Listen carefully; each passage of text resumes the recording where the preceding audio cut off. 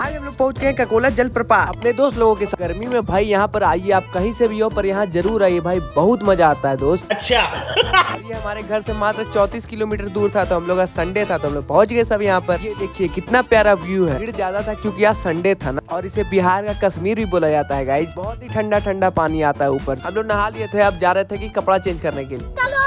अगर आपको ककोला का पूरा व्लॉग देखना है तो जाके मेरे चैनल पे देख सकते हैं। बहुत मस्ती किए गाइस हम लोग। भाई आज ऑमलेट नहीं बनाऊंगा, आज तेल का ऑमलेट बनाऊंगा।